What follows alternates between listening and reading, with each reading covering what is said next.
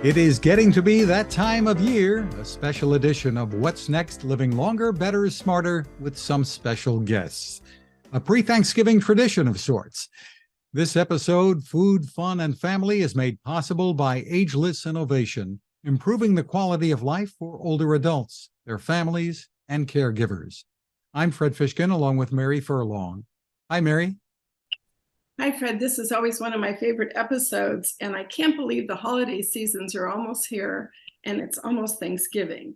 So we're really happy to have our guests here today. Joining us once again is Lydia Bastianich, author, entrepreneur, Emmy Award-winning PBS cooking show personality, and one of our very favorite people. Hi, Lydia. How you doing, everybody? Hi, Fred. Hi, Mary. Hi, Lydia. And we're so excited about your brand new book, Lydia's From Our Family Table to Yours. And we so need family dinners back, don't we? We certainly do. You know, Mary, my viewers that watch my TV, they ask me for many different things. So how does one decide on a cookbook? Well, this one, they ask me, they want to know what I cook at home for the family. What are the family favorite recipes? And so here is 4 generations of favorite recipes at Lydia's table. And also joining us once again, part of this pre-Thanksgiving tradition, is Ageless Innovations CEO Ted Fisher. Hi, Ted. Hey, Fred, Mary, Lydia. This has quickly become, I think this was year 3 or 4, but quickly become one of my favorite pre-holiday traditions. I couldn't wait. I got to the office early this morning and was so excited to get this thing going. So thanks for having me. Yeah, I think it's a coast-to-coast connection. And both of you have been so productive this year, and you've been really bringing people together. So we hosted a game night, and we are really thrilled to hear about Joy for All's new games that bring family and friends together. And everybody had fun. It's truly a fun product. Food, fun, and family are what we have in store. First, the food. Lydia, you've been busy on a book tour for your latest, Lydia's From Our Family Table to Yours. This is a book that is deeply personal for you. It is. It's 4 generations of recipes, 4 generations of Lydia's home recipes, if you will, things that my family likes. And, Fred, it is my grandmother's recipe as well, my mother's, and of course mine. But it is also the kids' new recipes that are included in there. The kids today are very sort of informed in what they want to eat and how they want to eat. Kale salad is all the sort of this table center. They love it. I didn't have kale salad. We had cooked kale, but not kale salad. So even kale salad with some pistachios in a mustard dressing is in this book. And we feel like we know your family because we watch you on television. And of course, we loved having your mother on our podcast. She was here and she was delightful. This is the first book that you and Tanya have written since you lost her. This is the book dedicated to my mother, so it's in her honor. But I have written and worked with Tanya, I would say for the past 10 books. Tanya she has a PhD in Renaissance art, so she's a great researcher and whatever. And so we collaborate really well. She helps me find things, corrects things, brings me information. So it's a great collaboration. We even test the recipes together. I actually think it's a way for mother-in-laws and daughter-in-laws to get together too. Tell us some of your favorite recipes in the book. Well, I don't know where to begin, but certainly, the octopus salad, we love that. Then I like the clams triestina, which is in an oniony sauce and wine sauce. Then we have polenta with sausages. I mean, soups. I love soups. We have a soup, a bobici soup. I bet you never heard about it. What it is like a bean, like pasta fagioli. But instead of putting the pasta, we put corn in there. And it's bobici. And we put maybe a nice sausage or kielbasa, whatever we have. and I love that. Let's see. I'm actually looking here because the marinated monkfish medallions. I love that. That's a dish that you can make. My grandmother used to make. She used to make it with sardines. I decided to make it with monkfish because monkfish is a fish that is, doesn't have bones. It only has a center bone, and it maintains well if you marinate it. So and then I have grouper in crazy water. So it's a grouper, but you can any fish, any sort of piece of a big fish with vegetables and a little kind of soupy. It's called aqua pazza, crazy water, but it really means like a soupy situation. And then what else I have? I love, chocolate amaretti as dessert. I have a semifreddo. A semifreddo is like an ice cream that's not frozen salad, and it has a rum and raisins. My grandfather used to dry the raisins. We didn't go and buy a box of raisins. You had it in, he would cure it and they would dry. And then the holidays came around, and whether it was the nuts, the almonds that we saved, the walnuts that we saved, that we kind of kept in the cantina, the raisins, the dried figs, all of these were made into holiday sort of menus, desserts, and so all of those memories. Lydia, my mother used to save recipes and on index cards, a file box kind of thing. And I can imagine, I don't know how many recipes you and Tanya have in the family or where you've kept them, but how did you whittle down? I mean, you've got 100 recipes, I think, or so in the book. How do you whittle it down? Well, as I said, it's my 16th book, my 16th book. Now, the recipes are kept all on computers. Where have you been, Fred? It's no more. You should know that, right? Yeah, that's what they are. They're all stored under the different files. But and it's not all completely new recipes. I take the recipes and I modify them a little bit, bring them more into contemporary, and I search for new ones. I go to Italy often, 3-4 times a year, and I go around different regions. Italy has 20 regions. I go to the different regions and I look for recipes. And not necessarily do I copy the recipe, but it gives me ideas of what the recipes what are the recipes that the Italians are cooking. But the Italians in homes, really, the grandmas, the aunts, the mothers, what is everybody cooking in Italy? Italy is moving forward like the rest of the world, and there's a lot of convenience foods. But did you know that just about a month ago, the Department of Agriculture, the Italian Department of Agriculture, made an official law that food created, not natural, kind of veggie or whatever, burgers or whatever, it's not legal in Italy. They're really sort of firm about the quality and the sort of the realness, nature of food that they eat. And I love that. Ted, we have to bring you in because you have a history of Italian restaurants in your background, and you're going to talk to us about what's going on and the new work of ageless innovation and fun. So first weigh in on what Lydia said. How does it sound to you? Well, thank you, Mary. As always, I listened to Lydia for the first 5 minutes and I'm starving. So thank you for that. I want to try all of the recipes that you mentioned. Food has been such a big part of my family and our Italian upbringing.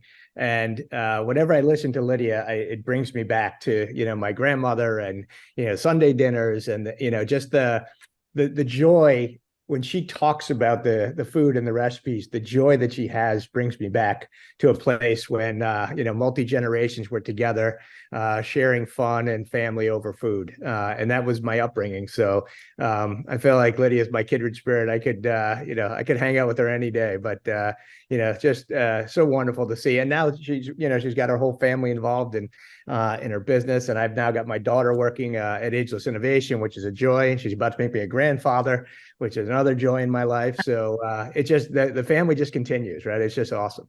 Oh, you're so right. I mean, I love the way the grandchildren are involved in this. And Ted, that's the dessert of life, is the grandchildren. And they love to cook with you. So, but tell us a little bit about your game initiative and how that's bringing people together all across the country. Yeah, so about a year ago, Hasbro came to us and had noticed a real uptick in the use of board games by older adults, and they were getting some feedback that some of the iconic games that we all grew up with were a little bit more difficult to play, weren't as as easy or inclusive for older adults, and they knew that we knew that market and said, listen, we think there's a big opportunity here to take these classics that we all grew up with and think about them, in a new reimagined format for older adults. So we're so excited that we just launched our first 3 games this past August. Trivial Pursuit Generations, Game of Life Generations, and Scrabble Bingo, which is a 3-in-1 game. And all of them, especially the first 2, are really based on this generations theme. And so the idea was, how do we sort of reimagine these games so they're a little easier to play, a little more inclusive, by modifying simple things like font on a card and the size of a card, so that they're easily readable, to changing pieces that people said were hard to pick up and making them more easier to handle. But then the generations theme is really, in the Game of Life, you play as a greatest generation, a boomer, Gen X, Gen Z, or millennial, and the things that happen to you throughout life are specific to your generation. And so you can play across generations and have a lot of fun. And not only, do we sort of joke and make fun of each generation equally in the game, but you learn things about each other. And same with Trivial Pursuit. Trivial Pursuit's a fantastic game. And, there's typically sort of a subject matter expert in the room that wins.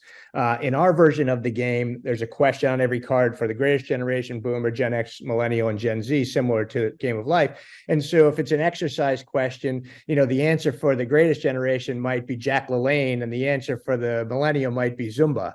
We take into consideration all of the different aspects and from each generation, and try and make it fun and playable. And what we've seen is that intergenerational play is something that really is an unbelievable sort of weapon against social isolation and loneliness, and allows people to come together over a common ground and have fun. And fun is sort of what really is, again, we go back to the memories that Lydia was talking about and the things that she's doing, and there's just such joy in it.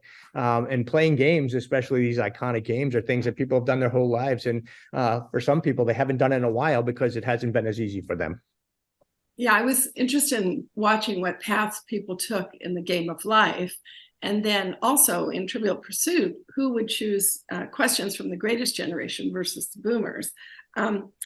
You are both just treasured leaders in our country at a time when the Surgeon General has been talking about an epidemic of loneliness. And we're after the COVID, thankfully.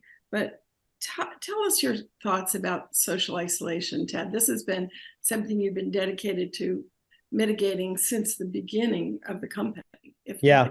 The Joy for All brand. I mean, one of the things we identified early on as we were doing this is that well before the pandemic, there was this epidemic of loneliness and isolation impacting our older adults. And the statistics that many people know are crazy, that more people, will die of loneliness. People over 65 over the next 30 years will die of loneliness than cigarettes and heart attacks combined. Like, you start to think about that. And now the Surgeon General, as you mentioned earlier, has come out with this warning that it's one of the biggest health issues facing our country. Prior to the pandemic, we had thought about an initiative called Reach Out and Play, had spent a year and a half designing it, and we were scheduled to launch it in March of 2020, which did not seem like a very good time to do anything called Reach Out and Play, if you all recall. So we kind of put it on the shelf. And then as this new opportunity with the games came, we reimagined Reach Out and Play to be, really sort of a huge cause effort to bring people together, really a movement. to bring people together over playing games. And so we have partnered with AARP, who are our sponsor, and we are hosting hundreds of events around the country, bringing generations and peer-to-peer to play over board games. And we've had dozens and dozens of events already. I've attended multiple. I know, Mary, you've hosted one or two already. But what you watch is just the unbelievable joy in the room. A couple things happen. One, you see generations playing together. And there was a great news piece in upstate New York that covered one of the events. And there was a high school, kid who said, I had more fun, playing these games. And I learned so much about, and he mentioned a person that was there who was an older adult that he just didn't know, but was playing with. And the knowledge exchange that happened just through this, interaction over a board game was something that, he said he would come back tomorrow and play. Right. So what you see is that whether it's peer-to-peer or intergenerationally, we think that play and the power of play is something really meaningful in leveling, these issues that older adults are facing, and certainly loneliness and isolation is a big one. So we're really committed to having an impact in that area. Power of play and power of food too. Lydia, you teach us about family and togetherness every week on PBS, where you've hosted programs for 25 years now. You bring your grandchildren in using technology, sometimes in person. What a great example. Well, getting together and loneliness, and I feel really deeply about the fact that grandparents are ever more forgotten or left behind, or, everybody's looking ahead, forward. What is in it for me? Where am I going? What am I doing? But the richness of the generations before, grandparents, they add so much to the stability, to the love, to the understanding of the world to the next generation. So not only children, but grandchildren. And I can recall, as a child, we would have these dinners, grandpa, and usually 3 generations were always present, more or less, cousins also, aunts. And once we were finished eating and drinking and talking, sometimes singing ensued, but a lot of time we brought out the games. The games, we played domino, we played checkers, we played chess, we played, and, we just loved it. The kids loved it, was inclusion. They got wisdom from the older people. So seeing these new games, Ted, it's great, because we still do. We still, at my house, if the accordion doesn't come out, the games come out. That's awesome. I love hearing that. And that family table, you never knew what was going to happen. My grandfather was famous for, and people say, boy, you do a lot of public speaking. How do you don't seem to be too nervous about it? I said, you don't understand. When I was 3 or 4 years old at the dinner table after this big, meal, my grandfather, after a couple of glasses of wine, would say, why don't you stand up and make a speech? You're a 3 or 4 year old kid. You're like, what am I talking about? If you don't have something to say, talk about it. He goes, talk about me. And you'd stand up and you'd literally be at the table, and everyone at the table, would have to make the speech. So, those family dinners turn into to fun and things that are meaningful in your life for the rest of your life. Absolutely. I think we have to be the architects that bring it back. And so it's so inspiring. Ted, you've told us before about your work with Meals on Wheels. And Lydia, you have a long record of giving back through UN and more in the plight of refugees. Any thoughts about this holiday season? It seems to me that Giving Tuesday's even more important this year than any year. But thoughts about the holidays and the rest of the world around us?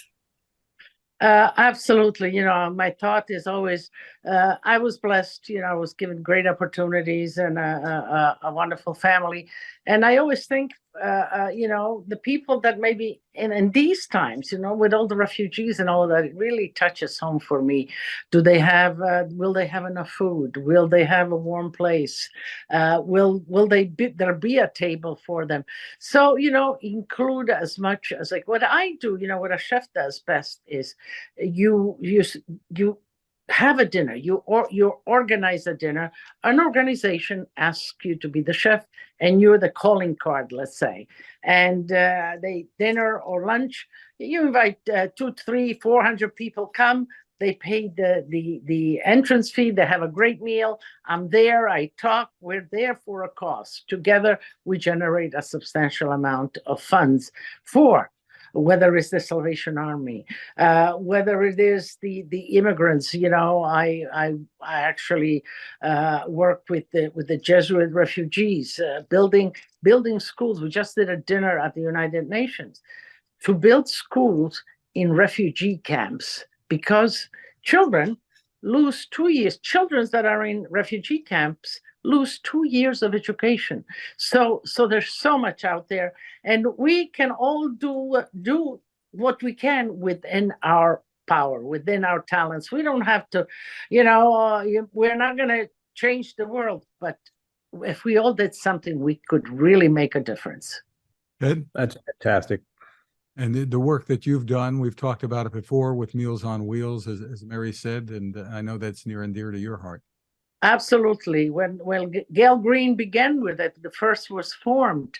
We were there doing dinners, packaging dinners so that they can be delivered. And in a small way, I do it locally. I go there's 2 families of elderly people, and when I cook a dinner, there's always an extra package, and I bring, and it's as easy as that. It doesn't have to, but yes, absolutely. Meals on Wheels is a phenomenal concept that brings nutritional food to seniors that cannot cook, that cannot go out. But not only that, it's the visit, the person that comes, that knocks at the door, that human contact. Somebody cares. Somebody, knows that I'm here. All of these little messages mean a lot. Well, there is some news that we haven't touched on yet. Lydia, PBS has announced it will celebrate your 25th anniversary with them with an hour-long primetime documentary. Really exciting news. Yes, Fred, I'm so excited. I can't believe it's been 25 years that I have my cooking show. And, I owe it to Julia Child. She was the one that first introduced me, invited me on her show. And then the producer says, well, Lydia, you're pretty good. How about a show of your own? And 25 years later, here I am. And we already filmed it. It's a beautiful documentary, 1 hour prime time on December 12th. That is so my exciting. goodness, that's the night of our conference. That would be great. I'm going to turn it on. Live stream it. That's exactly right. Lydia and Ted, you've left us full in every sense of the word. We wish you and your family, your growing family, a wonderful holiday season. Thank you. Thank you. The same to you, Mary, to you and yours. Just happy and in peace and together. That's right. That's so right. Yeah, thank you. Thank you, Mary. Thank you, Fred. Lydia, always such a pleasure to be here with you. And, keep doing what you're doing. You're making a big difference. Yeah, well, Ted, we have 2 restaurants back to back. I have Beck on 46 between 8th and 9th. And you have Masseria on 45th? 48th and 8th. 48th and 8th. Yeah. 8th and 9th. So we have to meet someplace, you and I, to toast. Okay, good luck to you. And all the best for the holidays for your family. You too. Thank you. And both of those restaurant empires are growing, right? Any places to eat, or you can stay home and pick a recipe from Lydia's brand new book. We want to thank Ageless Innovation for helping to make this episode possible. Great games reimagined that improve the quality of life. Find more at joyforall.com. We appreciate all of you for spending time with us, listening or watching. You can always find us at maryfurlong.com/podcast.